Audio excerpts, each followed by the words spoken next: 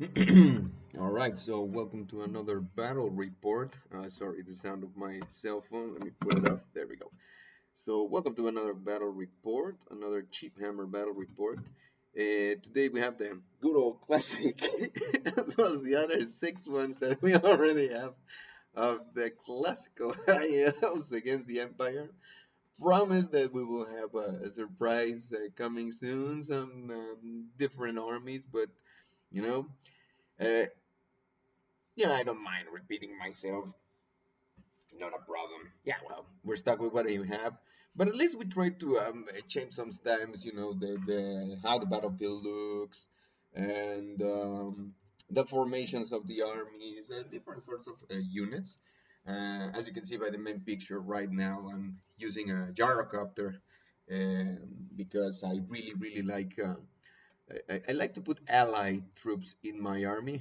Of course, I also like to use allied troops and proxy them. So it's like a proxy and it's an allied unit at the same time. But it's like to try out some miniatures before making a purchase, and then because sometimes you make a purchase and the unit just because of the aesthetic of the unit, like it's not no necessarily a problem when you buy miniatures purely just because of the fact of the aesthetics and how do they look. Go for it.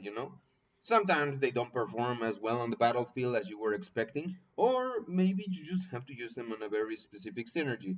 Maybe just increase the number or use them on less numbers, or things of that nature, and perhaps they could use. That's the good thing about the old world. Like I remember, like back in the days of fantasy, there were just like a couple of there were like very competitive lists that people use, and certain things that people use that were just very like you have to use them. Like uh, magic played a very important role. Of course, it plays a very important role as well in old world. But back in the days of fantasy, I remember that there were like selective sorts of spells that you wanted to have that were like most definitely the spells that are going to counter completely what was in another army. If I remember correctly, I think it was like Purple Sun. I think that was from the I don't remember which lore it was, Lore of Shadows or Lore of something like that, the Purple Sun. And I think you had to make like a strength test or something like that. So everything that was under it, under the necessary strength of what the purple sun intended you to test, you die. So you just pretty much use it against units that have a lot of strength, and you're guaranteed that you're gonna crush them. Like for example, if you go against a unit of black orcs or something like that, you just throw the purple sun at them, and then I think the thing scattered. It was like intensified. It was like powered up. It scatters. So you just try to well, you don't know the direction in which it's going to scatter, but if it moves through the unit, if it moves through the unit that you put it in a certain position, like the best thing was to put it in the middle of the tar pit, in the middle of the Death Star, and then just if you get a direct hit, and then it stays and it lands in there. But if it scatters, like any direction that it goes, it's just gonna touch more. So of course, sometimes you get of course sometimes you get the luck that it just if you put it on a horde, it like covers like from the middle, like three quarters of the unit, and then of course they're gonna make their strength test, and since they got a very high strength from the beginning, like the odds are not stacked in their favor, so most of them die, and then you can just pretty much just finish the whole game on one turn, with magic. So magic was very important, and a lot of people just concentrated on just trying to they threw their winds of magic, but they tried to use items that could potentially grant them more power dice. Like with the chaos, they had this. I don't know. I don't remember what it was, but I think like one arcane familiar can help you channel another magic dice, and also the high ups had that quality. So, but it was sometimes unfair. Like I remember Infernal Gateway from the Lore of Sin. She was just like, if you throw it on a strength 11, 12, 10, 11, or 12, like you gotta get the double sixes twice, and then you wipe out the unit completely. So I always throw it and it didn't matter the irresistible force. Maybe you can put something on your mage just to like dismiss the irresistible force, or maybe just you just get a wound out of that, or maybe the wind or the explosion just covers a couple of your units that are around the mage, so you put them in the corner so you don't get as much damage, and so things like that, but it really like wiping out the table in one turn was like very demotivating for both for at least the side or the army that is receiving the damage. However, it's like depends on how competitive you are. Like I didn't have a problem with that. I said like, okay, fair enough. It was what it was. You mind as we repeat the game, and then we repeat the game. Like we could repeat the game, and that's it. But I think in a way, a lot of times, a lot of people just said, just don't use those spells and don't use these things because they're broken, and that takes away from the game in a way. Anyway, so old world, that's why I like it, because it just has more compact and concise um, a game, at least in my perspective, to each their own, and I think it's a more enjoyable experience. So that's why we're going forward with Old World. Anyway, so for my list, I just put my regular bus, and I put 2 units of handgunners. Um, I'm rocking the how was the rolling gun that you see on the top? It's a trebuchet actually. On the hill over there, I got a great cannon, which is going to proxy as a health storm rocket battery. I got my steam tank over there, a gyrocopter. I got 2 mortars, and the unit that you see over there that is close to that dice, that unit over there is a unit of archers that just skirmisher archers that Myra put. He's rocking a big solid unit of 50 Lothern Seaguard, and the dragon is proxying right now as a Merworm. I don't know how what's the proper name of it. It's a Merworm. It's kind of difficult to say it. But yeah, it's a mirror worm. So and next to it, it's barely visible, but there is one of my Imperial Guard mortars over there, and that guy is going to be an eagle for at least for this battle. So yeah, let's go to the next picture, see what's coming on. So what we got is just a little bit of just normal movement with the Empire. In the first picture, it was very clear that my steam tank was the turnaround, and that was because I knew that potentially he was going to put some units that were going to try to hunt down my war machine. Now, here's the thing with hunting down war machines: when you put units to hunt down war machines, I think like the best option is to go for units that can appear and then can charge or attack, or that can not take a lot of time and they can get to a charge really quick. Because in terms of shots, like if you get, for example, a unit, maybe you get a unit that can shoot and then can attack. I'm not sure which unit can do something like that, but try to get something that can just get to the melee as fast as possible, because of course, I mean, like I don't remember, like for example, like if they get close enough and they just shoot their arrows, or they got some weapons like those things that blow darts from the skinks and stuff like that, they need a certain range in which they can apply their shots. But at that point, if you're charging a cannon, or where you're shooting the darts at a cannon, I mean, you can't use the grape shot and just completely wiped out your skins. So there's no that it does not really work like that. And then the toughness of the machine is the one that's gonna receive all the damage, because it's considered as like the crew is taking cover behind the machine. So yeah, it's like in the movies when they start shooting, the people take cover behind the cars. So of course the bullets aren't pretty much not doing anything. Um, yeah, one thing that I always notice on the movies, and this has absolutely nothing to do with it, but people are always taking cover. Like sometimes they're taking cover, not necessarily like behind the wheel, like on the side. Why does nobody just ducks a little bit and just shoots under the car, and get them on the legs? It's like okay, but there wouldn't be a point in the movie, or there wouldn't be much drama if somebody just applies that logic and just shoot them in the foot. Anyway, just but going back to the game, it's like the archers are going to shoot against the toughness of the weapon. It's like high toughness, so it's gonna be on sixes. So unless you get a lot of shots, or you get like more precise precision shots, because your ballistic skill is gonna be pretty good, because you're already in average, you're already on fours. Now if you move, you're on fives. Now if you're on long range, you're on sixes.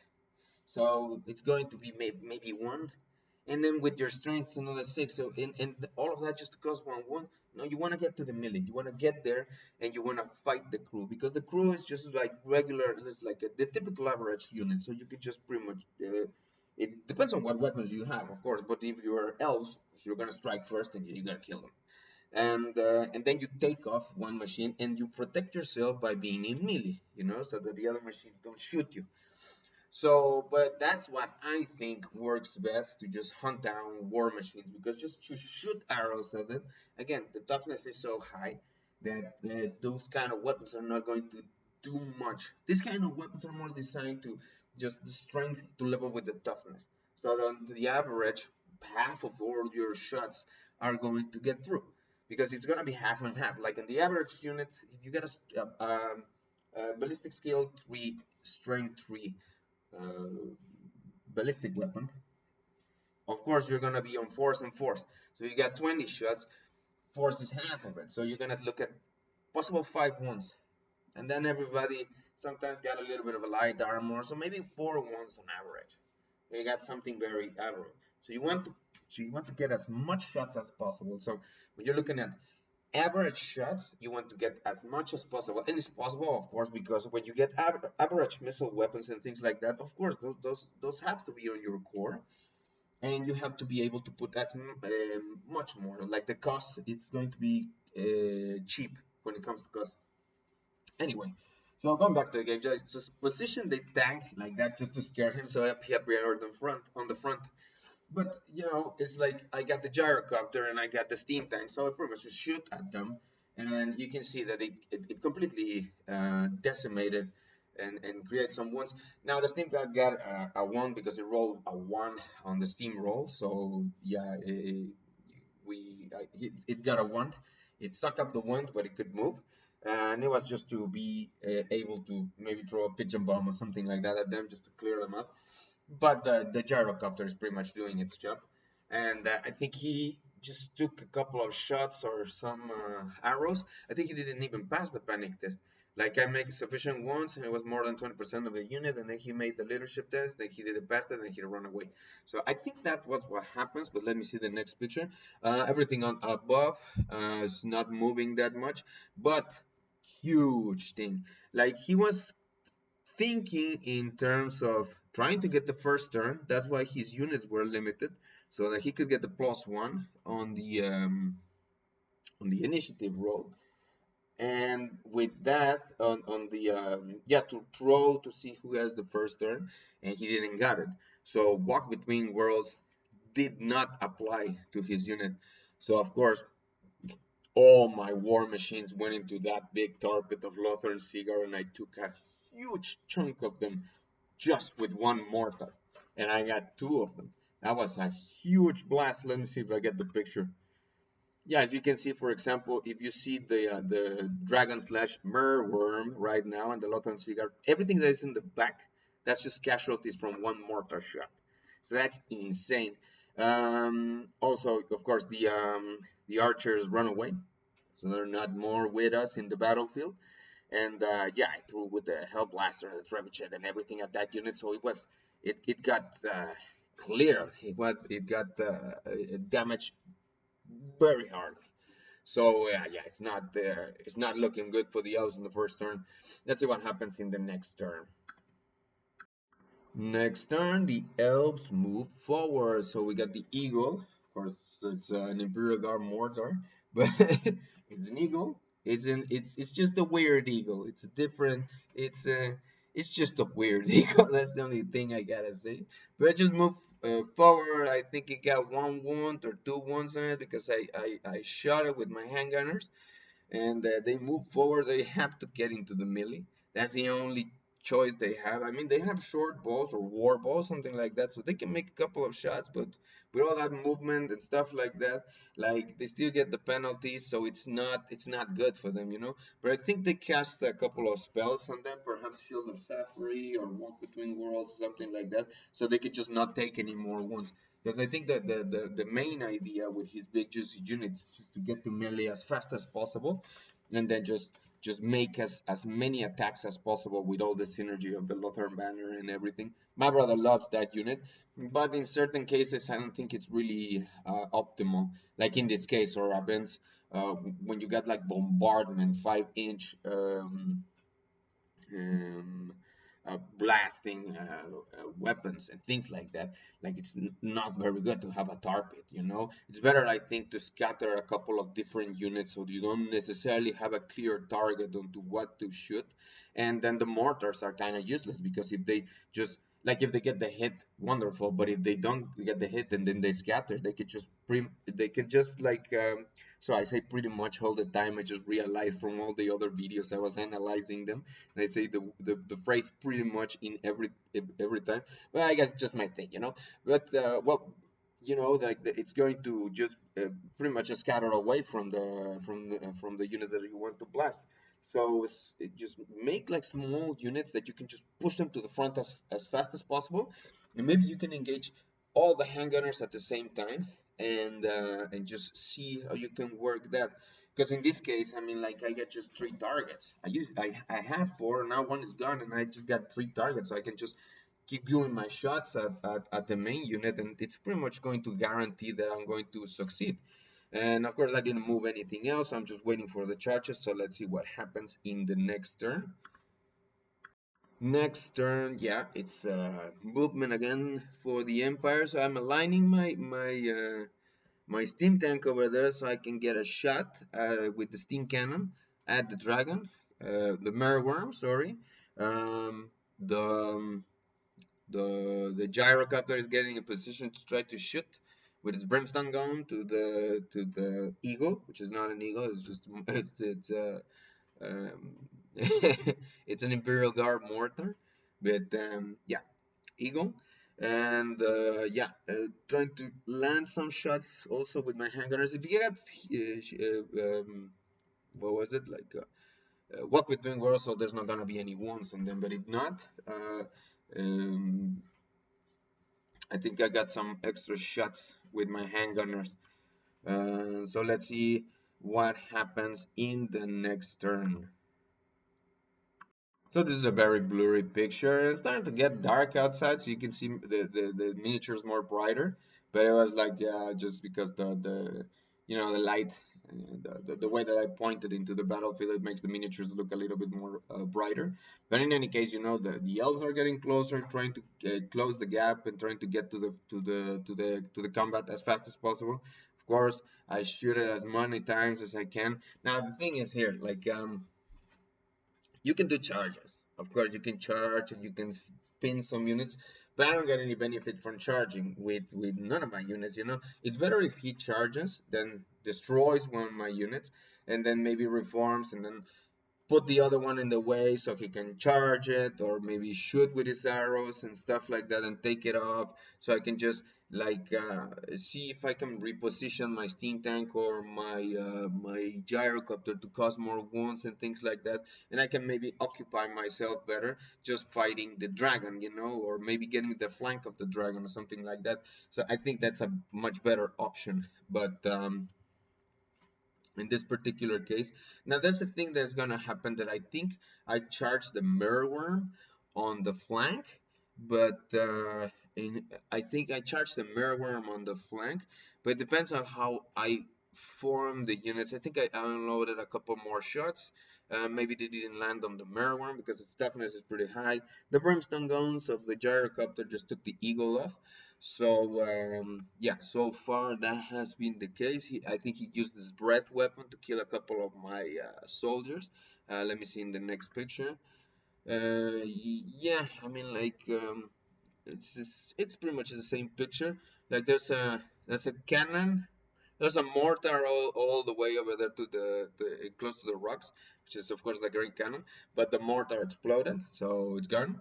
And the other mortars stay there. And I have a couple of casualties over there close to that, the hot pot that's close to that wood. So he uses breath weapon. It has a breath weapon, the mirror worm.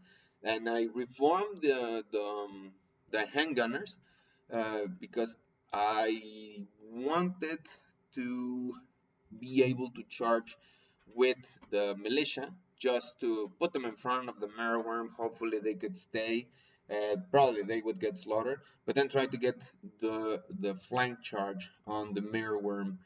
But in high elves, he has took so much damage, so the synergy of his whole unit is really not going to work at this point. But let's see what happens in the next turn. So what happened in this turn is that he cast the ethereal spell on his unit, Walk Between Worlds, but the brimstone guns from the gyrocopter, they're flammable weapons, as well as I think something else was able to shoot at them. I think the pigeon bombs, or I don't remember. But there's like I tried to look as oh yeah, a fireball. I got a mage over there. I'm level 4 mage with the battle magic. I always rock that, and I threw a fireball and it went through. So it's magical attack. So he received that damage plus the damage of the brimstone guns. So he received some damage, and I think he made a charge to my handgunners with his unit, and I think I charged the mereworm on the flank. Now here's the thing. I think we misinterpreted. Let's see the next picture. I think I think something. The only way that I could get the charge on the mereworm was if I was out of his 90-degree angle, that is the front. Otherwise, I have to charge it from the front. But this was, I think it was like a typical mistake that we make over here, because I said like, oh, I'm seeing your flank, I charge on the flank. Now you have to charge on the flank, on the front, because you're in the front arc, you charge on the front. But it's a good thing to take it in consideration for the next battle. Anyway, so the unit of Lothern Seaguard completely devastated on melee the handgunners. I think they actually shot at them, or maybe they're charging to them. Yeah, because the militia is still there hanging in the background, and so they shot at them or they charged them. I don't remember, and they got completely eliminated. They didn't last much. I think it was the mirror worm, the one if it was the mirror worm, the one that charged into my handgunners, then it makes sense that my main unit charged into the flank, because probably there was not much space, so I just angled myself to make it possible to charge on the flank. And then by that point, I know that he's going to cause some wounds, but I'm going to be able to break it. And so I think that's what happens in the next picture. Yeah, so my main unit pretty much just broke the mirror, and since it broke in that direction, it has to pass through his main unit with his battle standard bearer. So they got American morale check, and they have to, but they passed it because they got a huge, they got like leadership 10, I think, with the hero that he puts all the time over there. And with the battle spanner, he has a reroll, but we're just closing on him. Like, I haven't had any casualties so far, and he has lost most of his army already. So let's see what happens on the next turn. So yeah, like I charge with my unit. He reform to try to face my main unit. Um, face to face. So I charge him with everything that I got. So I dive in with the gyrocopter. My tank got as close as possible, but it didn't make enough steam points, and my main unit charged to him. So when we check out combat resolutions, he pretty much like There was some challenges issued. I don't remember there were challenges issued. I think he didn't want to do them anyway, or I think the amount of wounds that I cast and all the charges everywhere, we just considered that it was wiser to check out for how much would he just lose the combat, because there was not a lot of wounds that he was going to cause. We didn't cause much damage because like 5 wounds at me, and then I make some wounds with my heroes. I think I killed one of his heroes, and he killed one of mine. I'm not pretty sure, but with all the charges on the flanks and everything, and then I still have my Gryphon banner and 3 banners, so that was 6. So I was on double ones. He didn't pass because his battle standard bearer was dead already. It's actually hanging on the back from the challenges. And then the unit broke and just went off the map. And that was pretty much the end of the game. Now, let's see if I got another picture. No, there's not. Just a couple of panoramic pictures and things like that. So yeah, like things to consider about this battle. Like, okay, like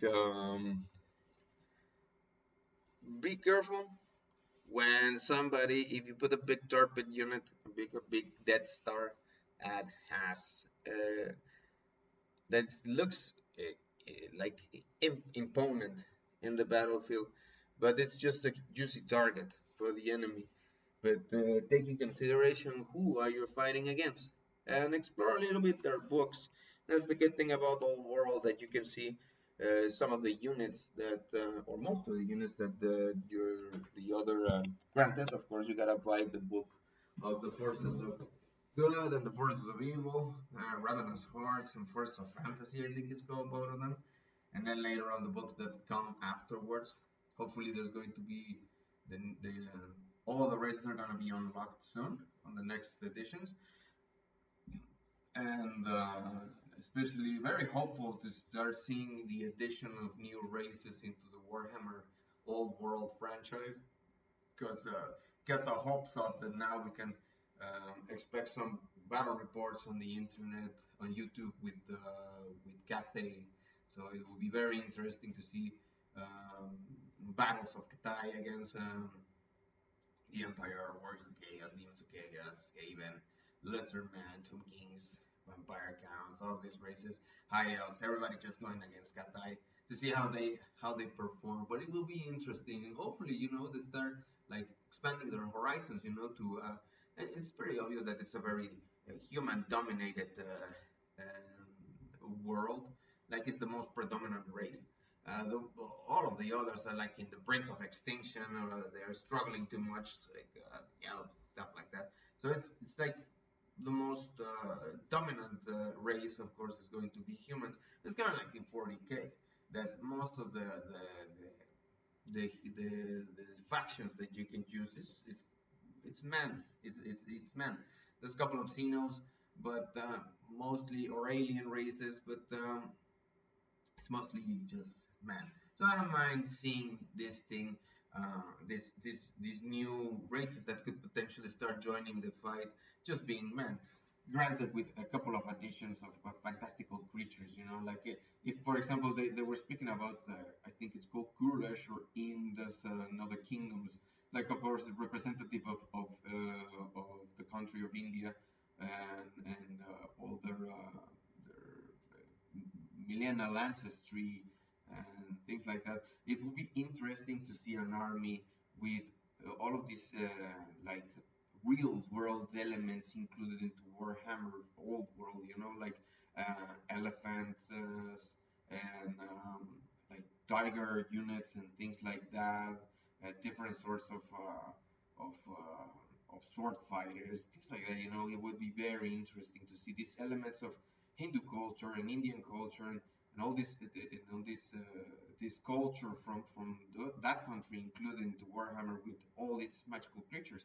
And then you got, of course, Nippon, and you got samurais, and you got things like that, and all those demons that they have in their lore, and ghosts and all these things that they can include. And I remember that there were some fan-made books, like because we used to play with a friend of ours that played actually the fan-made book of Nippon. One of the interesting things that I remember is like the unit of samurai when you break them in combat resolution, they commit suicide. Like they commit that ritualistic suicide, and they just you have to you have to remove the entire unit from the battlefield. So that was like a very interesting rule that they added to them, because they cannot commit dishonor and stuff like that. So it will be very, very interesting to see the addition of Ind and Courage and Nippon. And maybe they can put some African cultures. Maybe they can, of course, when it comes to, for example, like Mesoamerican cultures. Like you get the lizardmen, and they cover pretty much that spectrum of like the Aztecs. But why not put a certain cultures from America represented by men? Uh, of course, there's going to be Kislev added to the mix. So Kislev is going to be interesting. Is that all that Slavic um, part of history added to it? And you can also integrate Norska was one that a lot of people say that if it could be possible. So you got that Viking thing, Viking vibe added to it, and of course Arabian. You can just add the Arabian Saracens, sort of Turk, sort of Persian. The whole concept into the game as well. So there's the possibilities are endless, So it's interesting to see what direction are they gonna take when it comes to new races added to the Warhammer game, to old world. But of course, it's like these things take time, and yeah, I mean, like you can't just make it so easy, It's just like these things take time, and they gotta make rules, and they gotta make it interesting. But at least for now, adding Cathay and uh, and just adding a new race and bringing all the races. Hopefully, the Chaos Dwarves make a comeback. That would be insanely amazing, just to see the Chaos Dwarves make a comeback into old world. And that's just it. That's what we were all hoping for, to see the resurrection of Warhammer Fantasy and just add new things, and just this way that they just compacted the rules and make it more user friendly. I think it's an excellent choice on behalf of them. So yeah, but I mean, anyway, that will be it for this battle report. Thank you so much for watching, and we'll see you in the next one.